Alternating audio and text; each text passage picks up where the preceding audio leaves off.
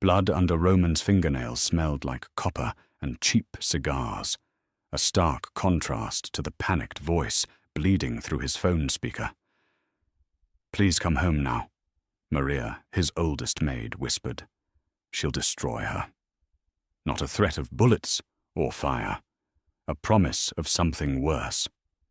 Roman shoved the heavy oak doors open 20 minutes later, bracing for shattered glass or screaming. Instead, he found deafening silence, a puddle of lukewarm tea, and a sight that made his chest cave in. The damp basement of the shipping warehouse smelled of ozone, wet concrete, and the sickeningly sweet cologne of a man who thought he could skim from the Rossi syndicate and live to spend it. Roman stood in the center of the room, rolling his shoulders to work out a knot of tension that had taken residence at the base of his neck since breakfast. He didn't look like a kingpin. There were no tailored suits down here. He wore a simple, dark grey Henley, the sleeves pushed up to his elbows, revealing forearms corded with muscle and smeared with someone else's mistakes. He dragged a coarse, industrial paper towel across his knuckles. The rough texture rasped against his skin, catching on a split seam near his pinky. It was just Tuesday. The banality of the violence was what exhausted him most. In the corner, Leo, his lieutenant, was quietly folding a set of heavy pliers. The only sound was the rhythmic, hollow dripping of a leaky pipe in the far corner, a metronome keeping time with the shallow, ragged breaths of the man slumped in the steel chair. Roman reached into his pocket as his phone vibrated. The sharp buzzing against his ribs was an intrusion. Few people had this number. Even fewer used it when he was working.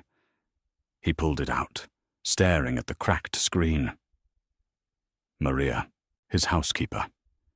She was a woman who navigated the sprawling, cold expanse of his estate like a ghost, blind to the illegalities, deaf to the late-night meetings, focused only on keeping the marble floors polished and the pantry stocked. She texted when the butcher was late. She texted when the boiler acted up. She never, ever called. Roman swiped his thumb over the glass, pressing the speaker to his ear. Speak. He expected a complaint about the security detail tracking mud onto the Persian rugs. Instead, what he heard was the wet, ragged sound of a woman attempting to swallow her own terror. "Mr. Rossi." Maria's voice was a frail, trembling wire. "You need to come back. Please." Roman froze. He didn't drop the bloody paper towel, but his grip tightened, squeezing a drop of red onto the toe of his leather boot. "Is it the police? Did someone breach the gate?" "No." A sharp intake of breath, a muffled sound, as if she were hiding in a closet, pressing her hand over her mouth. "It's your wife. It's Beatrice. She came back early from Milan." A cold stone dropped into Roman's stomach. Beatrice. His legally bound business transaction. A woman carved from ice and old money, with eyes like chipped flint and a heart that pumped liquid nitrogen. They lived in the same massive house, but existed in entirely different hemispheres. She never came home early. "Lock the doors to the east wing," Roman instructed, his voice dropping an octave, slipping into the dead, flat tone he used to order executions. "Keep Beatrice out of there." "She's not in the east wing, Mr. Rossi." Maria began to quietly, pathetically sob. "She's in the library, with Miss Nora. Please come home now. She'll destroy her." Roman's chest seized. The air in the basement suddenly felt thick, unbreathable. Nora wasn't a wife. She wasn't a transaction. She was the collateral he had taken in 6 months ago to settle a dead man's debt. A quiet, stubborn woman who restored antique books and smelled of linseed oil, vanilla, and dust. She was the one soft, untainted thing in his rotting world. He had hidden her in the estate, convinced himself he was protecting her from the wolves outside, conveniently ignoring that he was the biggest wolf of all. "I'm 10 minutes away," Roman said, hanging up. He didn't look at Leo. He didn't look at the man in the chair. He simply dropped the paper towel onto the damp concrete, turned, and walked up the stairs. Outside, a heavy, freezing rain had begun to fall. It battered the hood of his black Jaguar, washing the grime from the dark paint. Roman threw himself into the driver's seat, the leather groaning under his weight.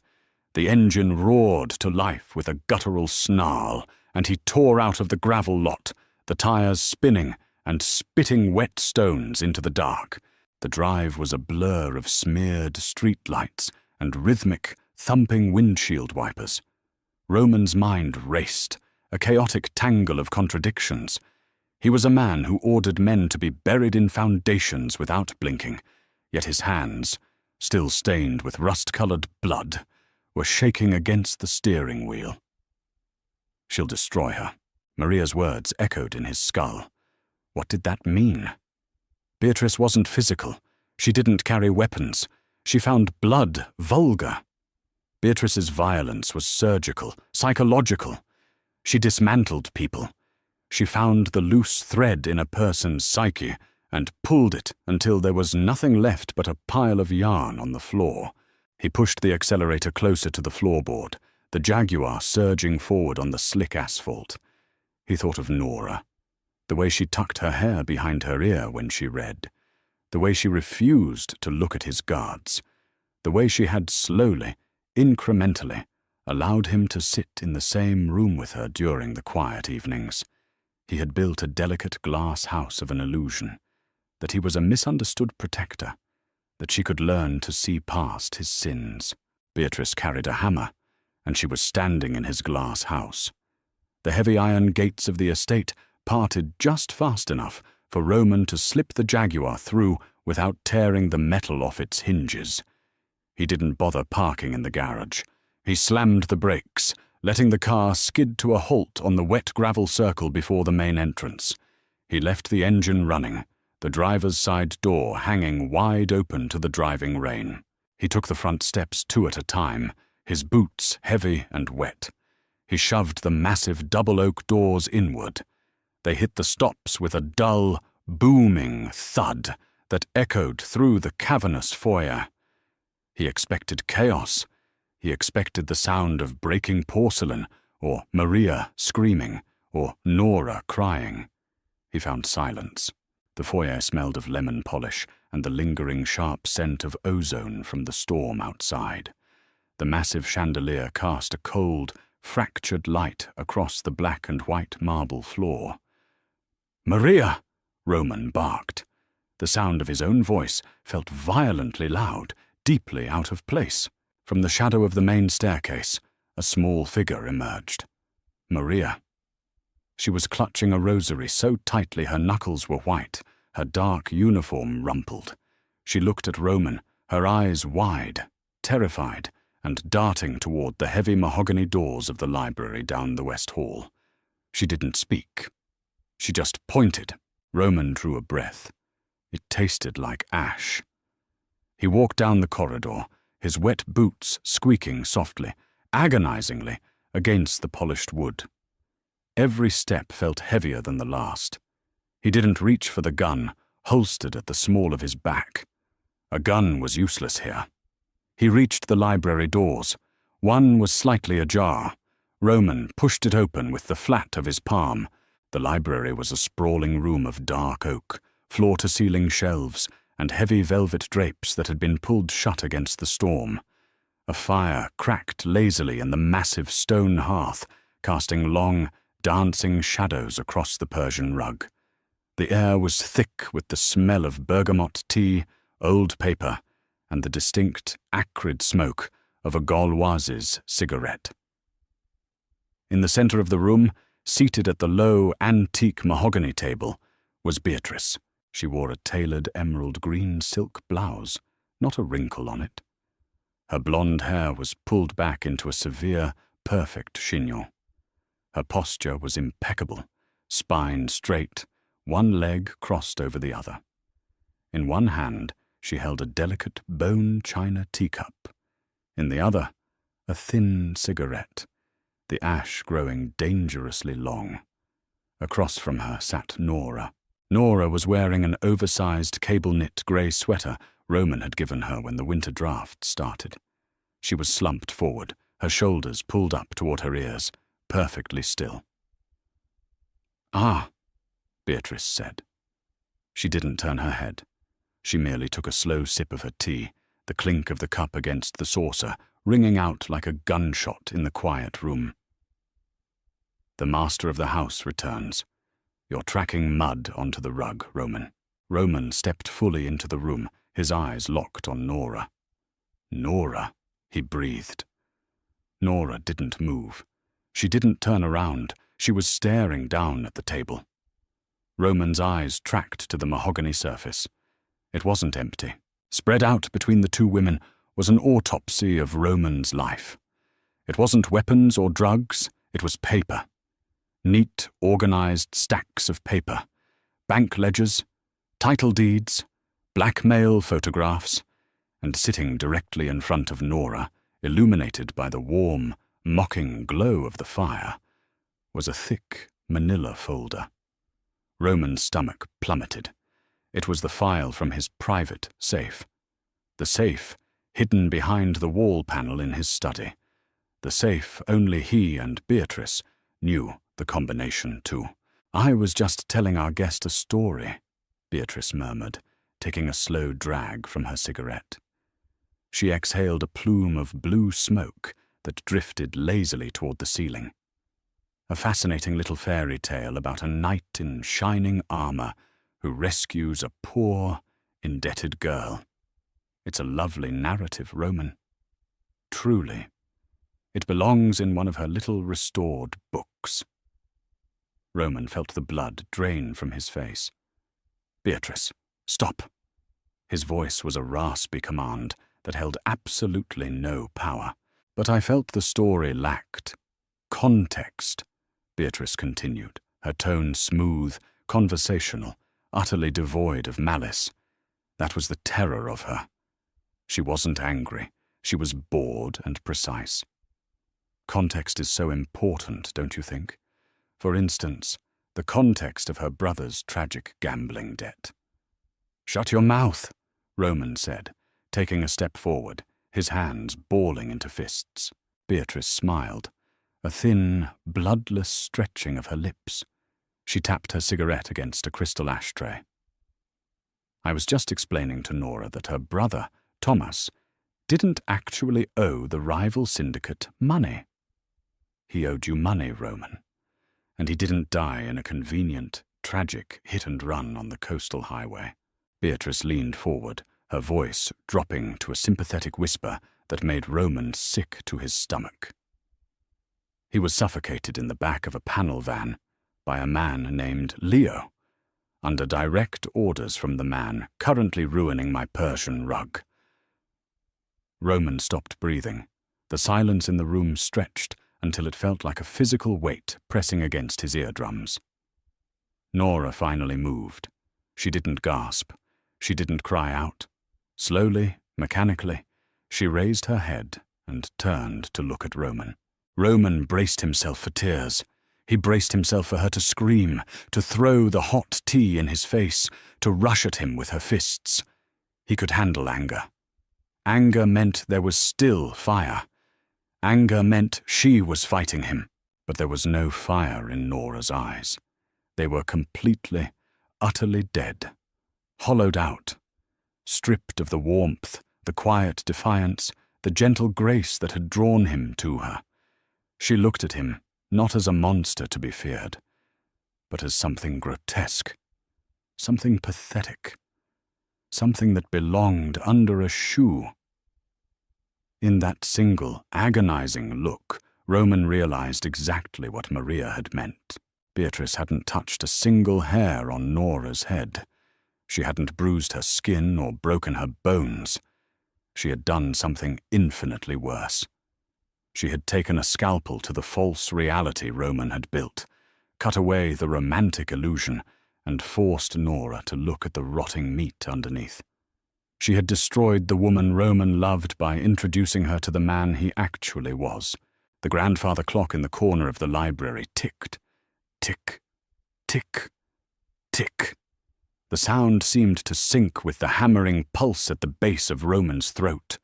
Water dripped from the hem of his dark overcoat, pooling on the floor.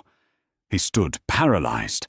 He, a man who commanded an army of killers, who shifted millions of dollars with a nod, who held the city's political infrastructure by the throat, was entirely immobilized by the quiet, dead stare of a civilian in a grey sweater.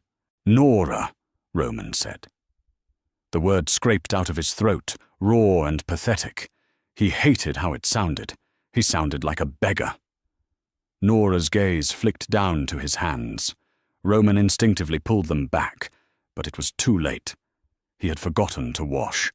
Deep into the creases of his knuckles, under the beds of his fingernails, the dried, rust-brown blood of the man in the warehouse clung to him like a second skin. Nora's throat swallowed once. A tiny, imperceptible motion. Then, she looked back at his face. The disgust in her eyes wasn't explosive. It was a quiet, suffocating blanket. "You don't get to say her name," Beatrice remarked softly. She crushed the stub of her cigarette into the crystal ashtray, the embers hissing softly against the glass. "Not anymore. It's unseemly." "Get out," Roman growled, not looking away from Nora. "Beatrice, get out of this room before I forget that we have an arrangement." Beatrice let out a soft, elegant laugh. She stood up, smoothing the front of her silk blouse. She didn't look afraid. She looked deeply amused. "Oh, Roman, you always default to threats of violence when your intellect fails you. It's so terribly pedestrian." She walked around the table, her heels clicking sharply against the floorboards where the rug ended. As she passed him, she paused, leaning in so close he could smell the gin on her breath. "You don't get to keep a pet bird and pretend you aren't the one who broke its wings," Beatrice whispered near his ear. "I didn't do this to hurt her, Roman. I did this because your hypocrisy was becoming embarrassing." She stepped back, giving him a cold, mocking smile, and walked out of the library. The heavy door clicked shut behind her, sounding like the ceiling of a tomb. Roman and Nora were alone. The fire popped, sending a spray of orange sparks up the chimney. Roman took a hesitant step forward. "Nora, let me explain. The files, they lack the nuance of what actually happened. Thomas was reckless. He was going to get you killed. Don't." Her voice was barely above a whisper. It was rough, as if she hadn't used it in years. It stopped Roman dead in his tracks. Nora slowly pushed her chair back. The wood scraped harshly against the floor. She stood up. Her legs were trembling slightly, but her posture was rigid. She looked down at the table, at the ledger that detailed the exact cost of a human life, her brother's life. She didn't touch it. She looked at it like it was radioactive. "Nora, please." Roman tried again, stepping closer, reaching out a hand. As his hand extended, Nora flinched. It wasn't a subtle movement. Her entire body jerked backward, recoiling violently, as if he had swung a hot iron at her face. She pressed her back against the tall bookshelves, her breath hitching, her eyes locking onto his blood-stained hands. The physical rejection hit Roman like a physical blow to the sternum. His hand dropped to his side. The air rushed out of his lungs. "I thought," Nora started, her voice breaking. She closed her eyes, shaking her head. When she opened them again, the tears had finally come. But they weren't tears of sorrow. They were tears of profound, agonizing regret. "I thought you were saving me. I sat at your table. I ate your food. I smiled at you." She brought a trembling hand up to her mouth, a gagging sound escaping her throat. She was physically revolted by the memory of her own compliance. "You were safe here," Roman argued, though the words felt hollow on his tongue. "You are safe here." "I am in a grave," Nora whispered. She pushed herself off the bookshelf. She didn't look at him anymore. She couldn't. She walked toward the door. "You can't leave," Roman said, desperation bleeding into his tone. He turned, stepping in front of the door, using his massive frame to block the exit. "You step outside these gates, you are unprotected. The rival families know who you are. They know you mean something to me." Nora stopped a few feet from him. She looked up. The hollow emptiness in her eyes had hardened into something cold and sharp, something that looked terrifyingly like Beatrice's stare. "I mean nothing to you," Nora said, her voice dropping into a flat, dead register. "I am a trophy you bought with my brother's blood to make yourself feel like a decent man. But you are not a decent man, Roman. You are a butcher. And I would rather take my chances with the wolves outside than spend another second in this slaughterhouse." She stepped forward, directly into his space.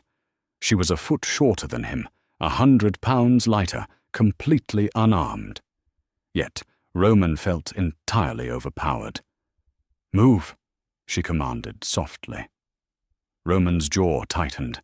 Every instinct he possessed, the instincts of a kingpin, a possessor, a man who took what he wanted and crushed what defied him, screamed at him to grab her arm, to lock the door, to force her to stay until she understood. But he looked at her pale face. He smelled the vanilla and dust beneath the sharp scent of Beatrice's cigarette smoke. He looked at his own hands, the blood dried and flaking into his lifelines. He realized then that Beatrice had won. The illusion was dead. If he touched Nora now, it wouldn't be as a protector. It would be as her warden. Slowly, agonizingly, Roman took a step to the side. Nora didn't hesitate. She didn't look back. She reached out, grabbed the brass handle of the library door, and pulled it open. The cold, drafty air of the hallway rushed in. Roman watched her walk out into the foyer, a small, grey ghost drifting through his sterile marble halls. He didn't follow her. He stood in the library, listening to the heavy front doors open and close, listening to the muffled sound of the rain rushing into the house for a brief second before being sealed out again. Roman looked down at the table, at the ledger, at his hands. He was alone. He was exactly what he was supposed to be, a monster in a very quiet house. The rain did not cleanse. It merely made the filth of the city slick and mobile. Nora walked until the high arches of her leather boots, a reluctant gift from Roman she had worn simply to avoid an argument, began to rub the skin off her heels. She didn't know how far she had gone from the iron gates of the Rossi estate. 2 miles, maybe 5. The adrenaline that had propelled her out of the library and down the long, winding driveway had burned off, leaving behind a cold, metallic exhaustion that tasted like pennies at the back of her throat. Her oversized grey sweater, once a shield against the cavernous draughts of Roman's house, was now a heavy, sodden trap. It weighed 10 pounds, clinging to her shoulders, the cheap wool blend smelling faintly of wet dog and the vanilla soap she had used that morning. She stopped under the flickering neon overhang of a closed pawn shop. The red light hummed, casting a bruised purple hue over the cracked sidewalk.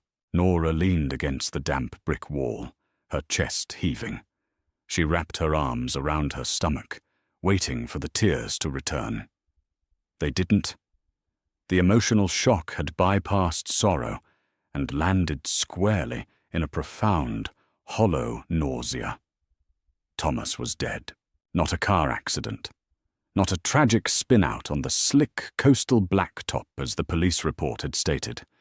He had been suffocated in a van. By Leo.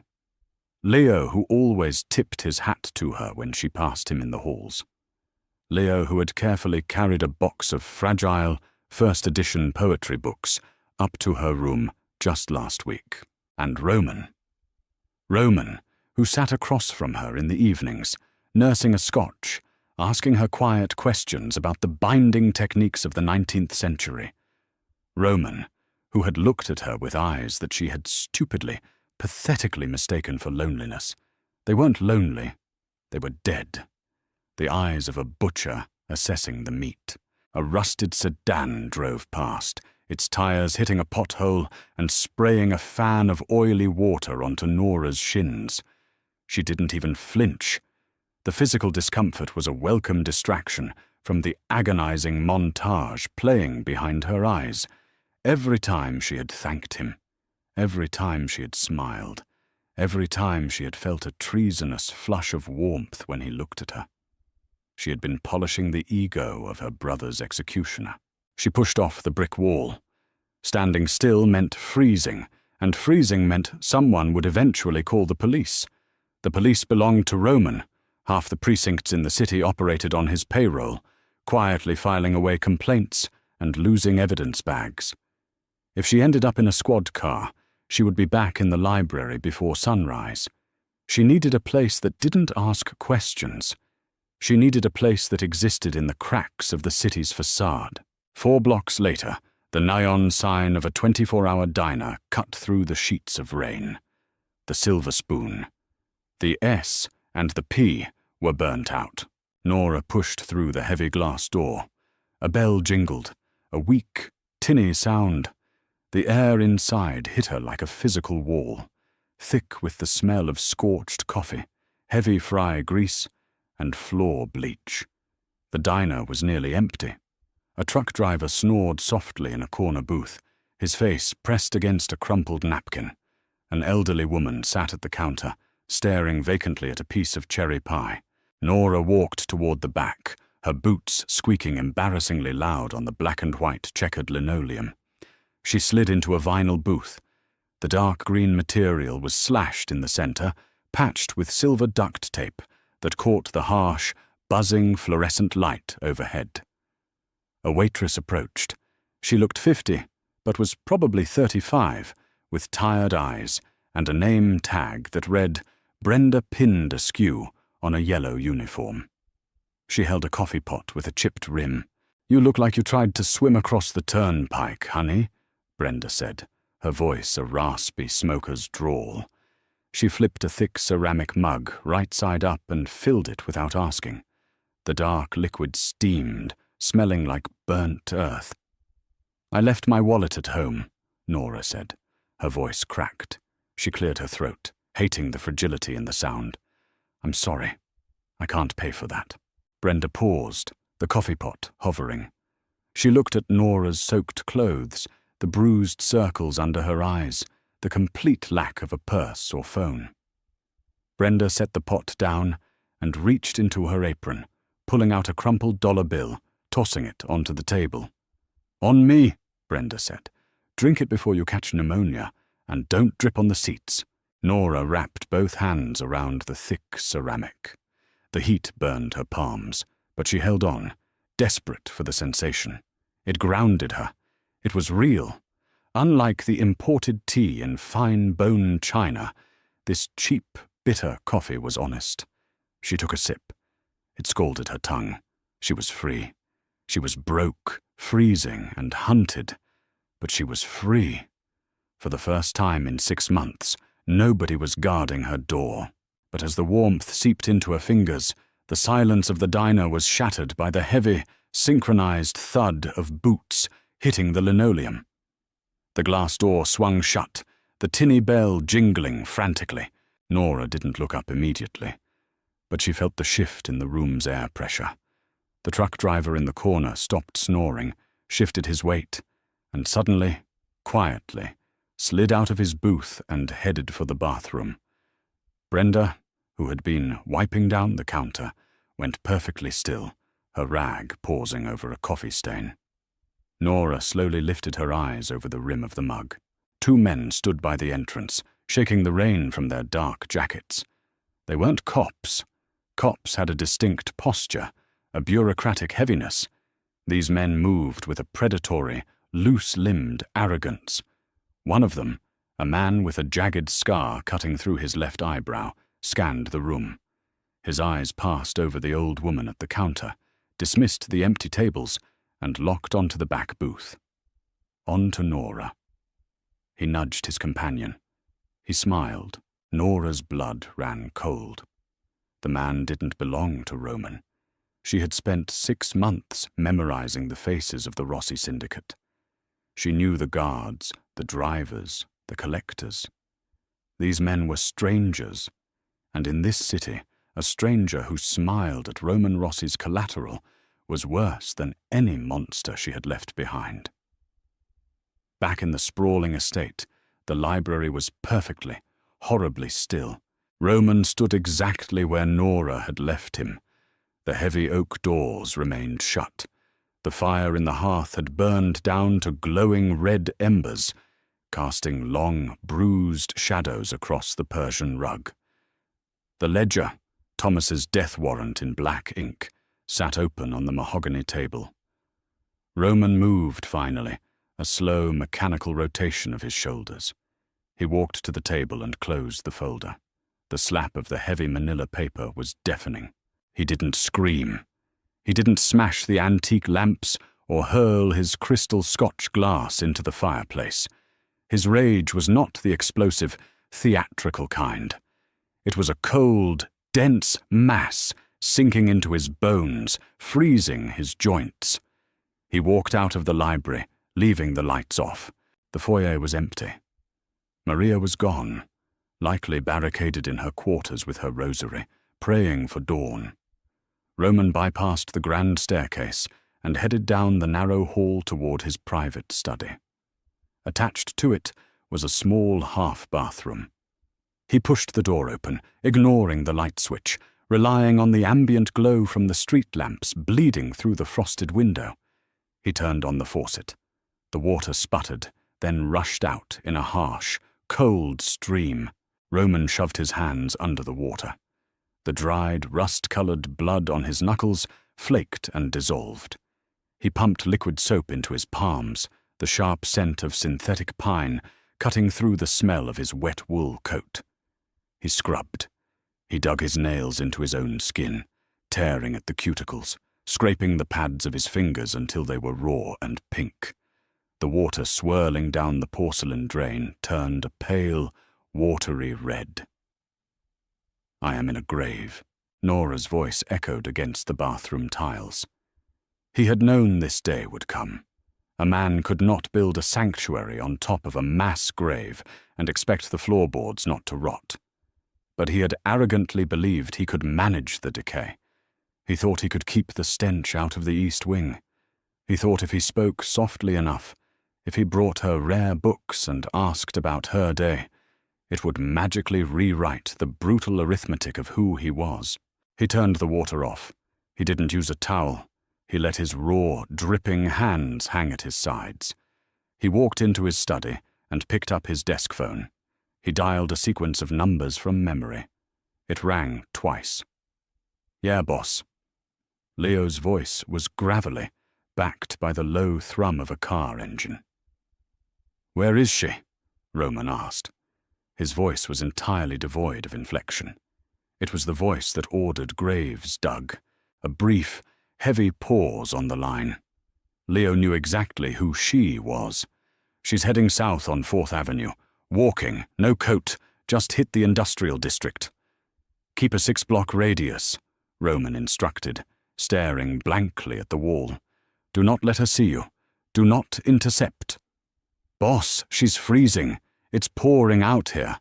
She's heading into Dominic Russo's territory. The East Side docks aren't safe for a stray dog right now, let alone your—" Leo stopped, swallowing the end of the sentence. "She is not mine," Roman said. The words tasted like ash.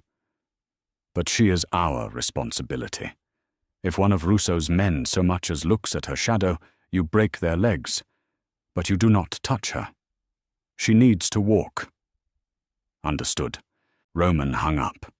He walked to the heavy oak desk, unlocked the bottom drawer, and pulled out a bottle of Lagavulin and a single glass. He poured 3 fingers, the amber liquid splashing against the crystal. He drank it in one swallow.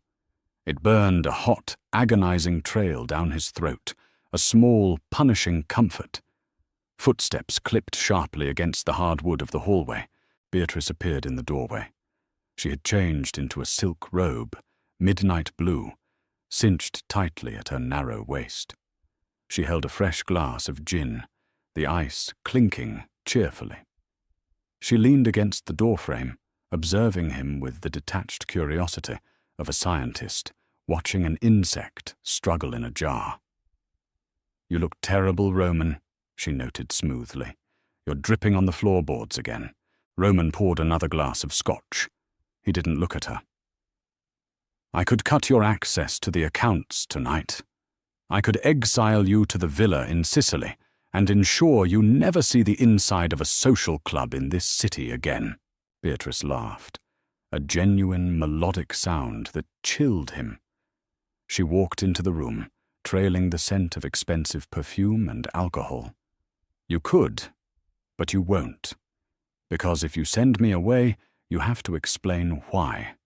And the board members of the syndicate don't care about a heartbroken little bookworm. They care about stability. I provide stability. We are a unified front, Roman. A very expensive, very powerful brand." She stepped closer, resting a perfectly manicured hand on his desk. "I did you a favor. She was making you soft. Soft men make mistakes. And when you make mistakes, my stock portfolio suffers." Roman finally looked at her. His eyes were dead. "You didn't do it for the syndicate, Beatrice. You did it because you are hollow, and the sight of anything whole disgusts you." Beatrice's smile didn't falter, but it grew a fraction more brittle. "Perhaps. But I am honest about what I am. You were trying to play house with a hostage. It was embarrassing." She took a sip of her gin. "Let her run, Roman. She'll figure out soon enough that the monsters out there don't buy you expensive sweaters before they eat you." She turned and walked out, her silk robe trailing silently behind her. Roman stared at the empty doorway. The grandfather clock in the hall struck 1 a.m. Beatrice was right about one thing. The men outside didn't pretend. Roman's phone vibrated on the desk. It wasn't a call. It was a text from Leo. She stopped. "Silver Spoon Diner on 9th and Elm. We have a problem. 2 of Russo's collectors just walked in." They made her. Roman didn't reply. He dropped the heavy crystal glass onto the desk. The scotch spilled, soaking into a pile of import manifests. He grabbed his keys from the tray, the metal jingling sharply in the quiet room. He checked the holster at the small of his back, feeling the cold, reassuring steel of his Glock. He didn't run to save her. He didn't have the right to play the savior anymore.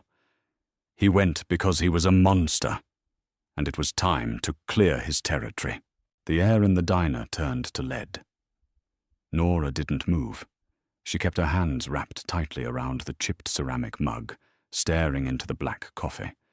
Her peripheral vision was hyper-focused, tracking the 2 men as they bypassed the counter, bypassed the empty middle section, and walked straight toward the back.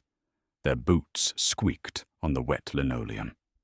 Squeak, squeak, squeak. It sounded like an animal dying. The man with the scar slid into the booth directly across from Nora. He didn't ask. He just dropped his weight onto the taped vinyl, forcing the table to shift and push hard against Nora's stomach. The second man, larger, thick-necked, and entirely silent, stood at the edge of the booth, blocking her only exit into the aisle. The scarred man smelled of stale beer, wet leather, and cheap, sharp peppermint. "Well, well," he said. His voice was a low, grating rasp. He leaned forward, resting his forearms on the table. He looked at her wet hair, her shivering shoulders, the complete absence of jewelry or a coat. You're off the leash, ain't you? Nora swallowed hard. The metallic taste in her mouth flared. I don't know what you're talking about. I'm just drinking coffee. The man grinned, revealing a chipped front tooth. No, you're Rossi's little pet bird. Saw you through the tinted windows of his car a couple of months back outside the library. Boss Dominic recognized you from the files. Said you were the collateral for the dead brother. He reached out, his thick, calloused fingers tapping the rim of her coffee mug. Nora instinctively pulled her hands back, tucking them into her lap. Looks like Rossi threw you out in the trash, the man continued, his eyes dropping to her shivering hands. Or you ran away. Either way, you're sitting in Russo territory now. Unchaperoned. That's bad manners. Leave me alone, Nora said. Her voice trembled, a pathetic betrayal of the defiant anger she wanted to project. She looked toward the counter. Brenda was gone. The kitchen door was swinging shut. The elderly woman had quietly slipped out the front. The diner was completely abandoned, save for her and the wolves. We ain't going to hurt you, sweetheart, the standing man grunted, speaking for the first time. He reached into his jacket. Boss Dominic just wants to have a chat. Figure out what kind of codes Rossi punches into his safe. You're coming with us. I don't know anything, Nora said, pressing her back against the wall of the booth. He never told me anything. Dominic has ways of jogging memories, the scarred man said, sliding out of the booth and standing up. He reached down, grabbing Nora by the bicep. His grip was entirely different from Roman's. Roman's touch, however tainted by lies, had been careful. This man's fingers dug into her muscle like iron hooks, bruising her instantly through the thick wool of her sweater. He hauled her to her feet. Nora stumbled, her blistered heels crying out in pain as she hit the linoleum. "Walk!" the heavy man ordered, stepping aside to let his partner drag her down the aisle. Nora planted her boots. She threw her weight backward, twisting her arm. "Let go of me!" she screamed, the sound tearing through the quiet diner, vibrating off the greasy windows. The scarred man yanked her forward violently, her shoulder popping agonizingly. "Shut up, bitch, or I'll drag you by your hair." He took one step toward the front door. The glass door of the diner didn't open. It shattered. It exploded inward in a shower of brilliant, deadly diamonds. The tinny bell ripped off its hinge, clattering across the floor. The two Russo men froze, whirling toward the entrance, their hands diving for the weapons inside their jackets. Roman stepped through the empty, jagged doorframe. He didn't look like the man in the tailored suits who sipped scotch by the fire. He didn't look like the quiet, restrained intellectual who debated literature. He looked like the butcher of the Rossi syndicate. His dark coat was soaking wet, hanging heavy on his broad shoulders. Water dripped from his dark hair into his eyes, but he didn't blink. His face was a mask of absolute, terrifying stillness. There was no anger in his expression, just a void. He didn't draw the gun at his back. He didn't say a word. He simply walked forward. The scarred man released Nora's arm, shoving her into the heavy man behind him, and pulled a snub-nosed revolver from his waistband. "Rossi, you crazy son of a—" He didn't finish the sentence. Roman closed the distance with terrifying, unnatural speed. He didn't aim a punch. He grabbed the heavy, thick glass sugar dispenser from the nearest table and swung it in a brutal, horizontal arc. The thick glass connected with the side of the scarred man's face. The sickening crack of bone giving way echoed louder than the shattering glass. The man went down instantly, his legs folding beneath him, dropping like a marionette with its strings cut. He hit the linoleum hard, blood instantly pooling around his head, mixing with the spilled sugar crystals. The heavy man yelled, shoving Nora hard against the counter. He raised his own weapon, aiming at Roman's chest. Roman didn't duck. He stepped into the heavy man's space. He caught the man's wrist with his left hand, twisting it upward with a sharp, violent wrench.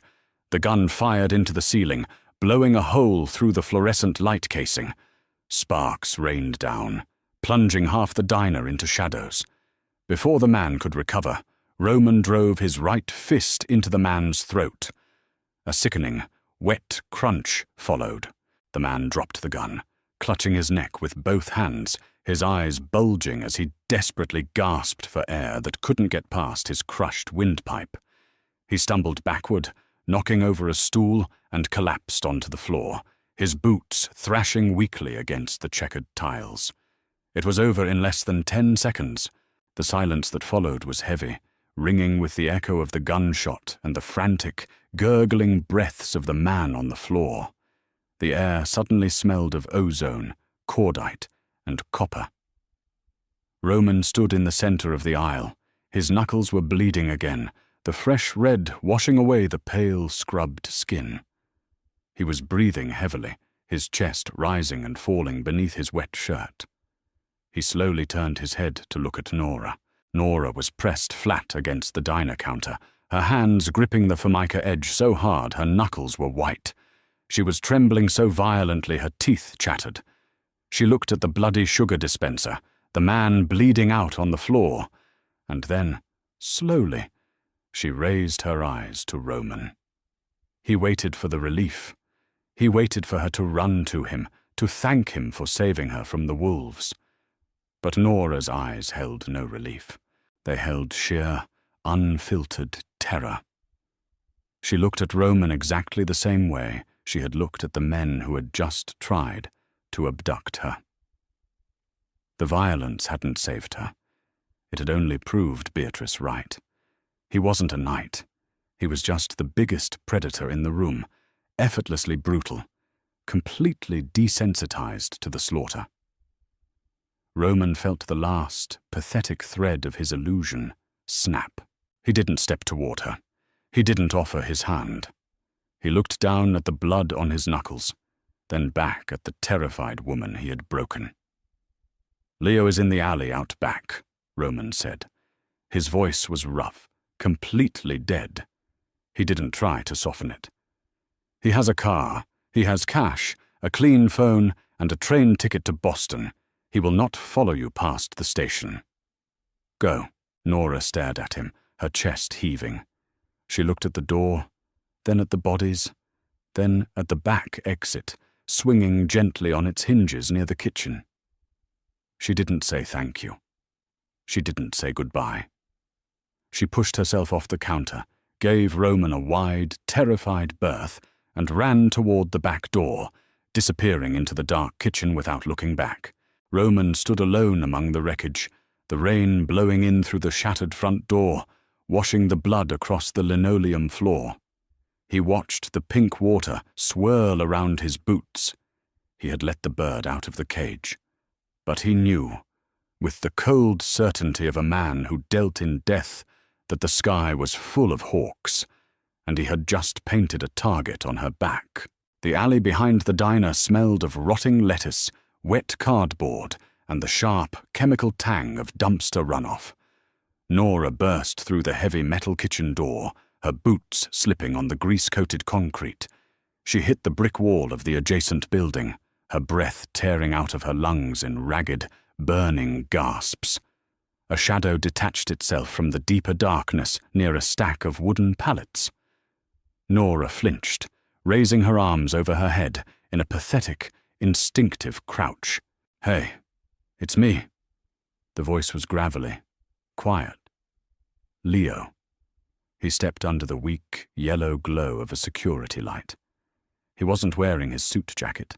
His shoulders were hunched against the freezing rain, and he held a thick, brown manila envelope in one hand.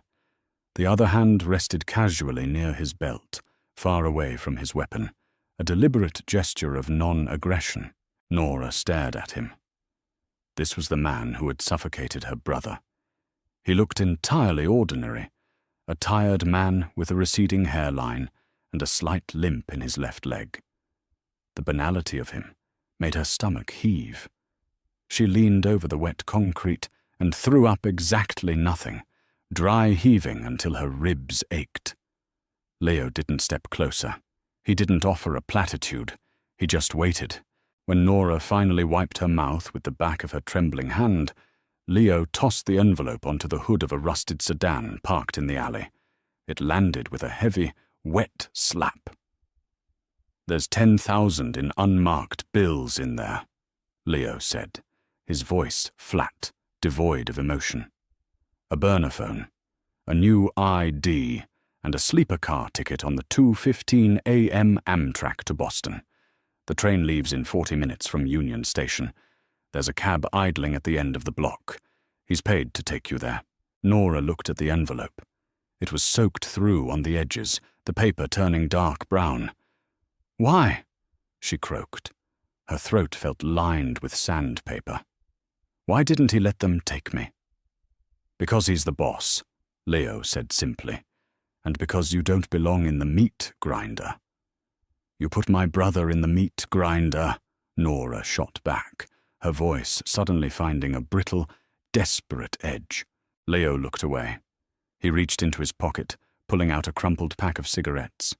He lit one, the brief flare of the lighter illuminating the deep, exhausted lines around his eyes. "Your brother jumped in head first, kid.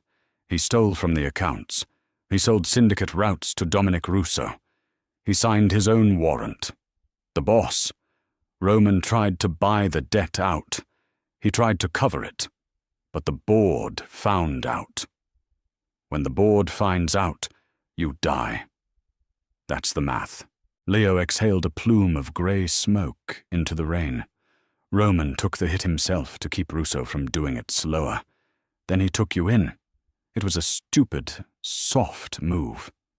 And in our world, soft moves get people killed." He gestured with his cigarette toward the end of the alley. "Take the envelope. Get in the cab. Don't look back. If you stay in this city, Russo will use you to bleed Roman dry. And Roman will burn the city down to get you back. You'll kill thousands of people just by standing here." Nora didn't argue. There was no argument to be had. She walked to the sedan, her boots squelching, and picked up the envelope. The paper was heavy with the weight of dirty money. She shoved it under her damp sweater, pressing it against her freezing stomach, and walked toward the street. The cab ride was a blur of smeared neon and rhythmic windshield wipers. The heater in the back seat was broken, blasting cold air onto her soaked ankles. Nora shivered uncontrollably, staring out the window at the city that had swallowed her family whole. Union Station was cavernous and empty, echoing with the sound of a lone floor scrubber. Nora walked to the Amtrak terminal. She pulled the ticket from the envelope. Destination: Boston, Massachusetts. She stared at the printed letters. The ink was slightly smudged from the rain. Boston. Roman had chosen it. Roman had paid for it, which meant Roman knew exactly where she would be. Nora paused in the middle of the concourse. A cold, sharp realization pierced through her exhaustion. If Roman knew, then Beatrice could find out. Beatrice had the ledger. Beatrice had the access. And if Beatrice knew, Dominic Russo could know. The two men at the diner hadn't found her by accident. A woman walking in the rain at 1 a.m. didn't randomly stumble into syndicate collectors. She had been led there. She was a pawn on a board she couldn't even see. Boston wasn't a sanctuary. It was just a different cage, and the wolves had the address. Nora turned away from the Amtrak terminal.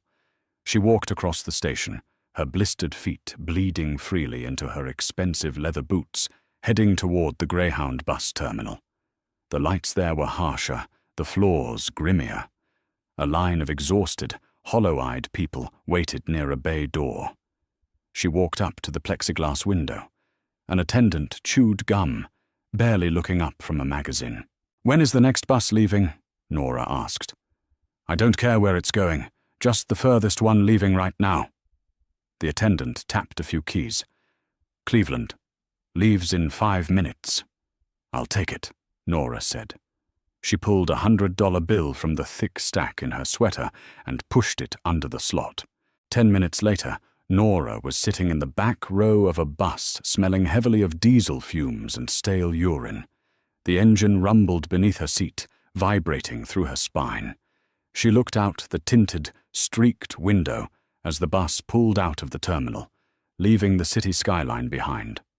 She took the Amtrak ticket to Boston and carefully, methodically, tore it into tiny white squares. She dropped the pieces into the empty soda cup left in the cup holder beside her. She was dead to the city. She was dead to her brother, and she had to be dead to Roman Rossi. The library smelled distinctly of bleach, though no one had cleaned it. It was the psychological residue of the slaughter Roman had just walked away from. He pushed the heavy oak doors open. The fire had completely died, leaving a mound of grey, powdery ash in the hearth. Beatrice was sitting exactly where she had been hours ago, though she had moved on from gin to a neat glass of vodka. She didn't look up from the financial quarterly report resting on her lap. "I heard the police scanner," Beatrice remarked, turning a page. The paper rasped loudly in the dead room. "A disturbance at a diner on 9th. 2 fatalities. Dominic Russo's men. You've been busy, Roman." Roman stood in the doorway. His dark coat was gone, discarded in the foyer. His knuckles were wrapped in stark white medical gauze, tightly bound by his own hands. Blood had already begun to seep through the fabric on his right hand, a tiny, blooming red rose. He didn't yell. The screaming rage had burned out on the linoleum floor of the diner, leaving only a cold, mechanical clarity. "How did Russo know she was there, Beatrice?" Roman asked. His voice was a flat, deadline hum. Beatrice sighed, setting the quarterly report on the mahogany table. She finally looked up, her expression a mask of elegant boredom. "Does it matter? She's gone. The liability has been removed. A civilian walking in the industrial district at 1 in the morning," Roman continued, stepping slowly into the room. "No phone, no tracker, in the pouring rain, and 2 of Russo's top collectors just happened to stop at an abandoned diner for a cup of coffee at the exact same moment."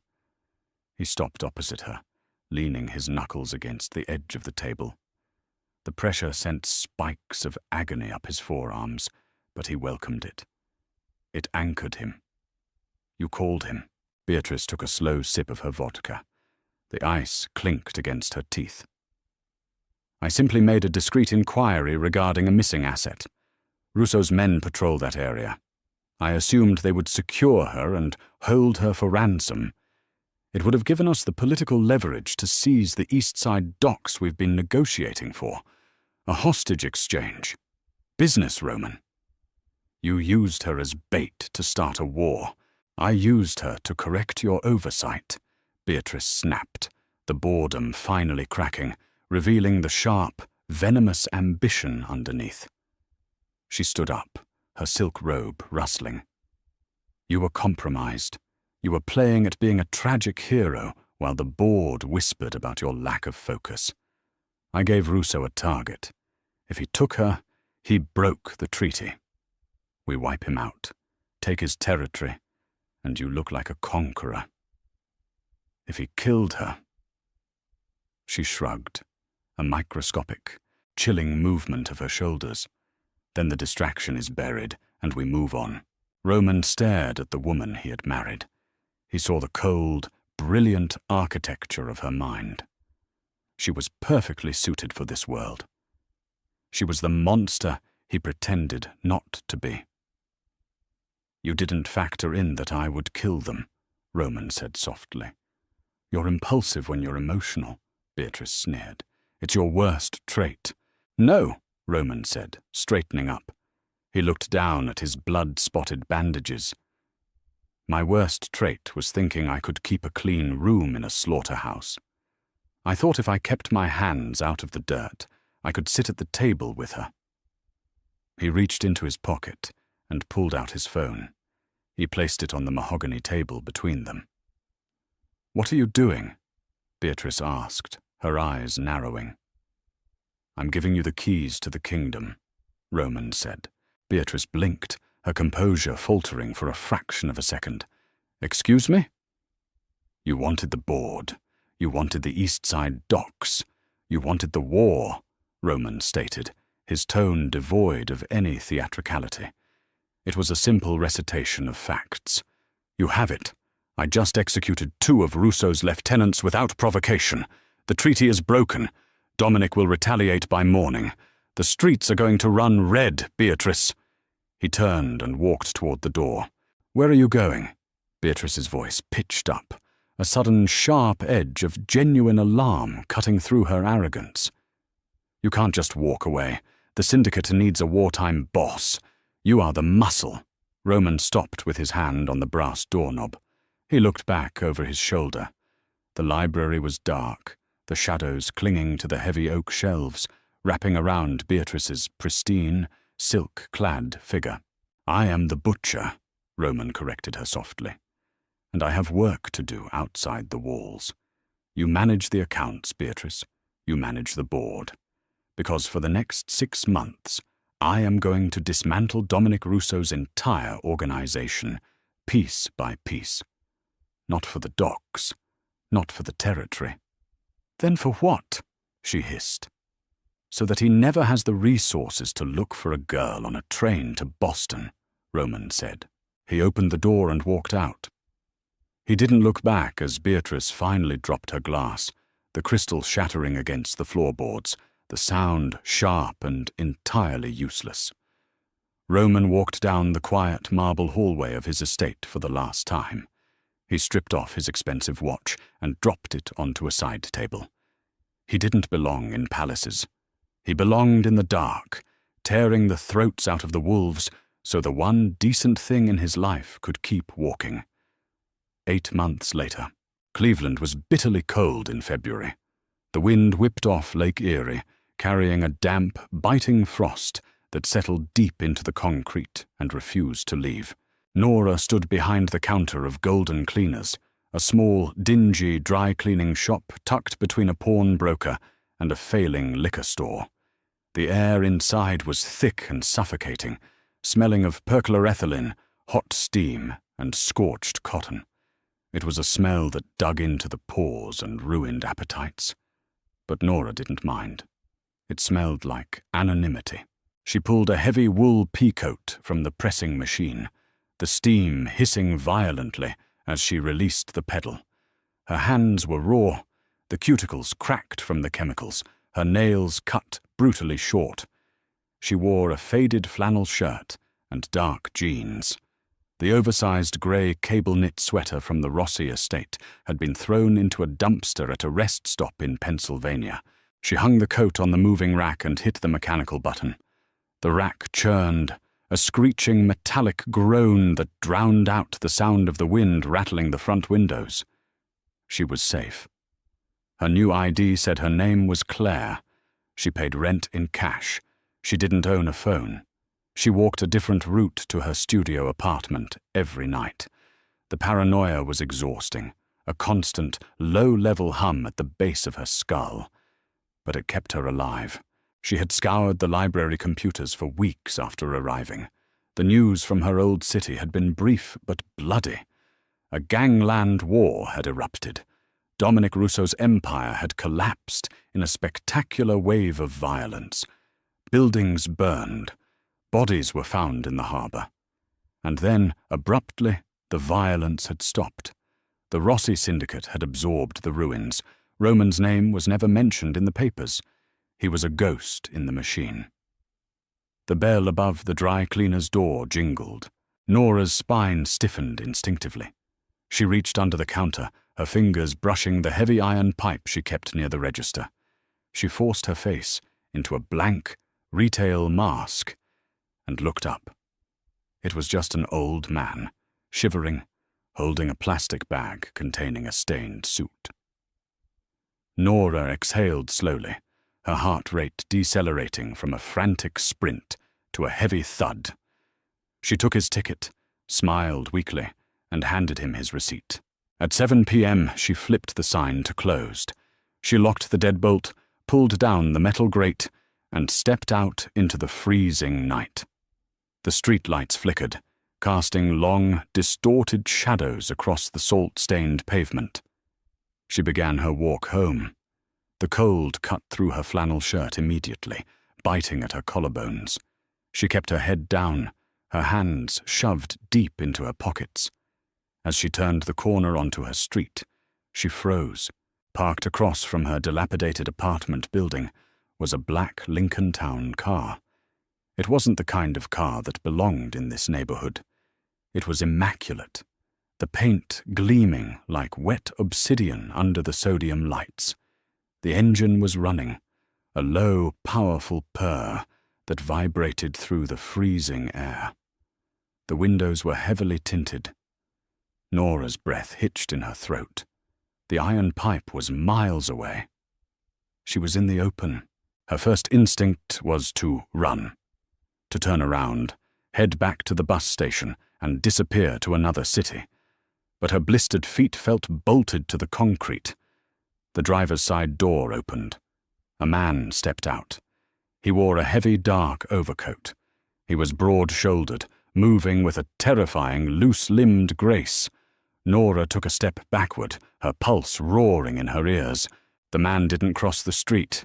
He didn't look at her. He simply walked to the trunk of the car, opened it, and pulled out a large, heavy duffel bag.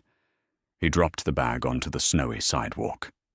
Then he turned slightly. The streetlight caught his profile. It wasn't Roman. It was Leo. He looked older, grayer. A fresh, jagged scar tracked down the side of his jaw. He didn't wave. He didn't smile. He merely gave a sharp, definitive nod, acknowledging her presence without breaching the distance. He got back into the Lincoln, the heavy door shutting with a solid, expensive thud. The car pulled away, the tires crunching over the dirty snow, its taillights bleeding red into the darkness before disappearing around the block. Nora stood alone on the corner. The wind howled, whipping her hair across her face. Slowly, cautiously, she crossed the street. She stopped in front of the heavy canvas duffel bag. It wasn't ticking. It wasn't leaking. She knelt in the slush and unzipped the top. Inside was a heavy, incredibly warm down winter coat. Beneath it lay a stack of thick, thermal blankets, and tucked into the fold of the coat was a small, sealed plastic bag containing $5,000 in small, untraceable bills. There was no note. There was no demand. But as Nora pulled the heavy winter coat from the bag to inspect it, a piece of paper fluttered out of the pocket and landed in the snow. She picked it up with trembling fingers. It was a page torn from a book, specifically a 19th century poetry anthology she had been restoring the day she ran. The edges were perfectly preserved, and clinging to the fabric of the coat, faint but unmistakable against the smell of the city exhaust and snow, was the scent of expensive bergamot tea, old paper, and a lingering trace of ozone. Roman. He hadn't come. He would never come. He knew the sight of him would break her. He knew his hands were permanently stained, that his world was toxic. He had butchered a rival empire to ensure no one would ever look for her. And now, he was content to be the ghost in the dark. He wasn't playing the savior anymore. He was just ensuring the survivor stayed warm. Nora held the page in her hand. A tear, hot and stinging, broke loose, tracking down her frozen cheek. It wasn't a tear of romantic longing. It was a complex, heavy grief for the monster who loved her enough to stay 1,000 miles away. She slipped the heavy coat over her shoulders. It wrapped around her, dense and impenetrable against the freezing wind. She picked up the bag, turned, and walked into her building, locking the heavy deadbolt behind her, finally safe in the quiet, empty dark. Roman Rossi proved that the ultimate act of love from a monster isn't a rescue. It's an exile. He destroyed an empire to keep Nora safe, accepting his role as the villain in her story, so she could finally be the author of her own. Some debts are paid in blood, but the heaviest are paid in silence and distance. Did Roman make the right choice? Or is Nora still just a bird in a much larger, colder cage? If this dark, grounded finale left you breathless, hit the like button, share with your fellow drama addicts, and subscribe for more raw storytelling.